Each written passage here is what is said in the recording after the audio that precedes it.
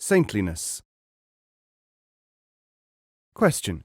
Can you say something about saintliness and Sufi teachers? Answer.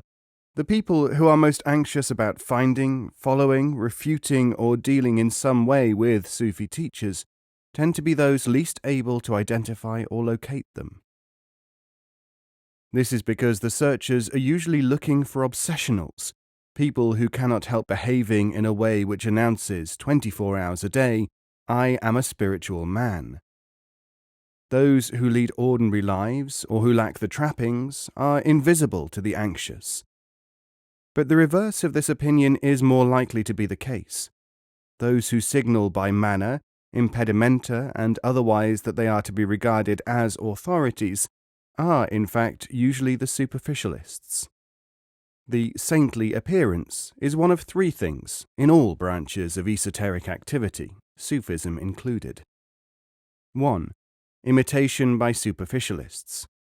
2. Adopted by indoctrination or obsession. 3. Affected as a temporary or superficial measure to signal to those who can perceive only this aspect. The task of the teacher and the student is to get beyond the appearance as soon and as completely as possible. Service. It is on this subject that Sadi of Shiraz wrote the poem in his Bostan, the orchard. The path is not other than the service of the people. It is not in the rosary, the prayer rug, and the dervish robe. What a saint is and does. Saintliness, which superficialists identify with what are too often superficial actions and appearance, lies, as Sadi reminds us, in the service of the people. People who seek saintliness are only to be taken seriously if they are also concerned with human service.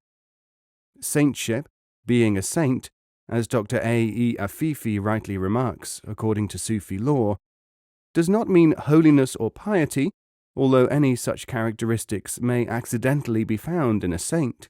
Any man is a saint if he possesses such a degree of gnosis, supreme knowledge, as would enable him to understand his exact relationship to God, reality, of whom he is but a manifestation, and to realize his essential oneness with the one reality. In other words, a man is a saint if he is what Ibn al-Arabi calls a perfect man. Knowledge and behavior. Saintship is not in miracles, not in looking devout. The test is in knowledge. People ask, how can knowledge be as good as behavior and belief? The Sufi answer is that without knowledge there is no certainty that behavior is right, and no guarantee that belief is real. Real religion and real correct behavior come through knowing what religion is, and knowing what should or should not be done, not in accepting the local cultural norms without experience. Sufis have constantly maintained that knowledge accords with holiness and generally accepted behavior, but not with the counterfeit of these, which are all that mainly exist in the self-deceived good people.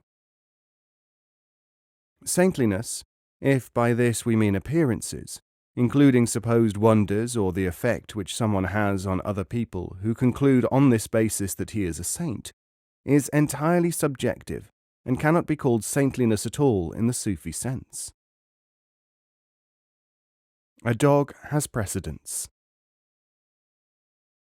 Bayezid Bistami, walking through the streets with some of his followers, made an occasion to demonstrate the shortcomings of such superficial assessments, as reported in Attar's Musibat Nama, the Book of Calamity. A dog was walking towards them, and Bayezid made way for it. One of the disciples thought to himself that this must be wrong. Bayezid was a great saint, accompanied by students, allotted a high status, and a dog was, after all, only a dog. Bayezid perceived this man's feelings and explained. The dog had seen them coming and had projected the thought to Bayezid that he must be sinful to have been created a dog, while this great man must be saintly because he was able to appear in such a resplendent and honored form. It was because of this idea of that dog's, said Bayezid, that I gave him precedence. Secrecy. Question. There seems to be no traditional psychology or similar study without a conception of secrets and secrecy. Why is this, and what is the nature of this secrecy? Answer. Among the Sufis, the technical term secret is applied to the innermost consciousness of man, and may be found authoritatively rendered as such. It is common knowledge among people of traditional spiritual systems that there are differences in the significance and emphasis of the idea of the secret, according to the condition of the person involved. Here are some examples. Stimulation. 1. People who are seen to be strongly influenced by the idea of secrecy and stimulated by it, thus automatically reveal themselves as curiosity mongers, and the Sufi, for instance, will know how to deal with such a person. It may well be that he has ruled himself out, while he remains a mere anticipator of secrets. Energizing. 2. The idea of a secret for those who can adopt a correct attitude towards it can sometimes have an energizing effect, because for them it constitutes the discovery or attainment of something which is prized and valuable. This point has been specifically emphasized by Ibn al-Arabi among the Sufis. Privacy. 3. Secrecy has often been confused with privacy. Privacy is needed to eliminate sources of interruption when people are concentrating upon something. Relativity. 4. Secrecy can be the word applied to the fact that something is not ready to be revealed, or that it is hidden from someone at a particular time for a good reason, and this reason may not be any more than effectiveness of operation to ensure progress. Many things which are called secrets are only things withheld from people until they can understand or effectively experience them.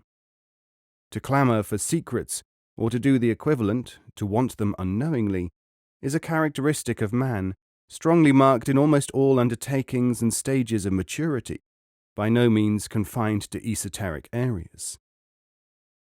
If you narrow your conception of secrecy to a crude definition of something which is being kept from you, for instance, you do no more than show that you are unlikely to be flexible and sensitive enough to understand the secret aspects of refined and subtle things. Many secrets are best kept by the denial of any secret, or by people appearing, as Sufis often do, to be people of simplicity and ordinariness.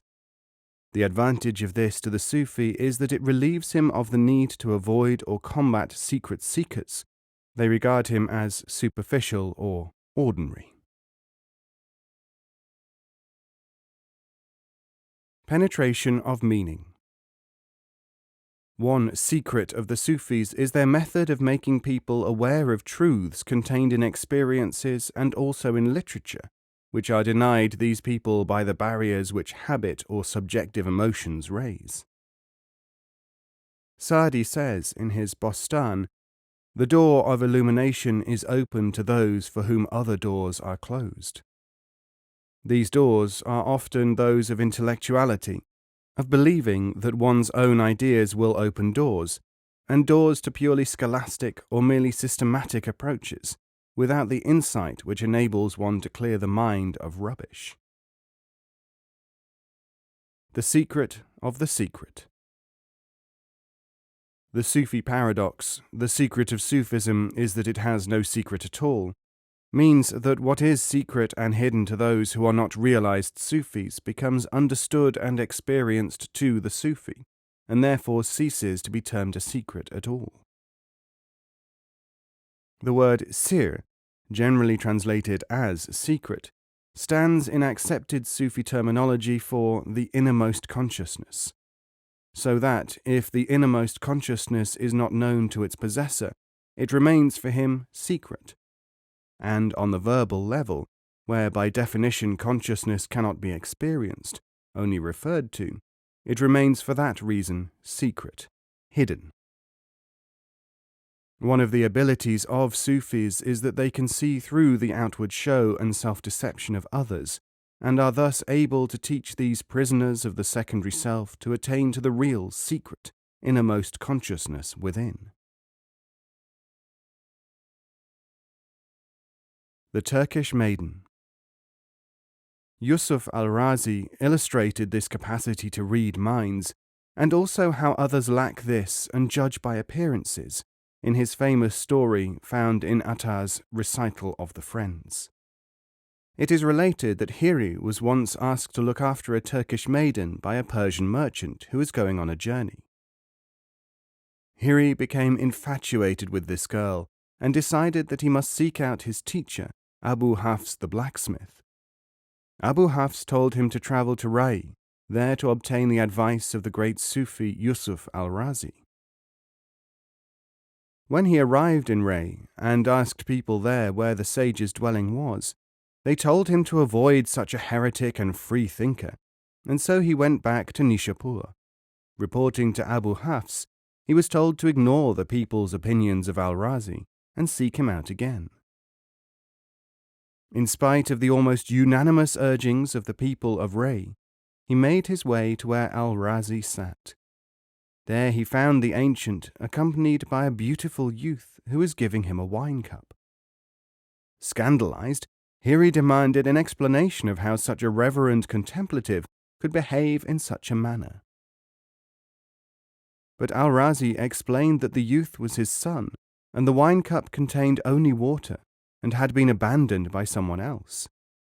This was the reality of his state, which everyone imagined to be a life of dissolution.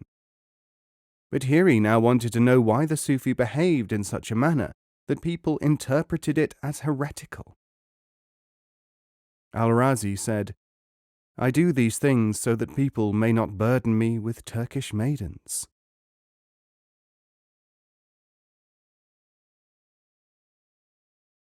You can't teach by correspondence. I have before me a packet of dehydrated onions. Let these dried onions stand for something which has been written down. They are neither the original experience, the onion, nor are they nothing at all.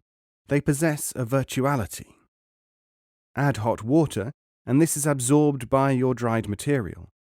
After a few minutes, we have something which we know to have been dried onions, but which is now not the same. What we now have is reconstituted onion.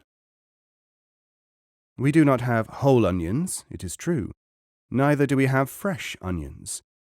But we have something which will enable us to recognize fresh onions when we see and taste them. This is an advance upon dried onions.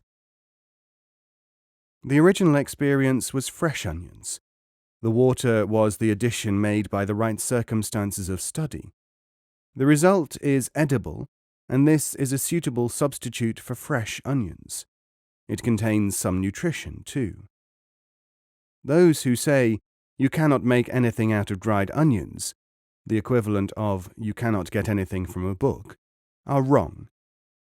Those who say, I will wait or search until I find fresh onions, are wrong. They are wrong because they do not realize that they would not recognize fresh onions if they saw them. This has to be said, though reluctantly, because such statements are usually taken as challenging, when they are more often intended only to be descriptive.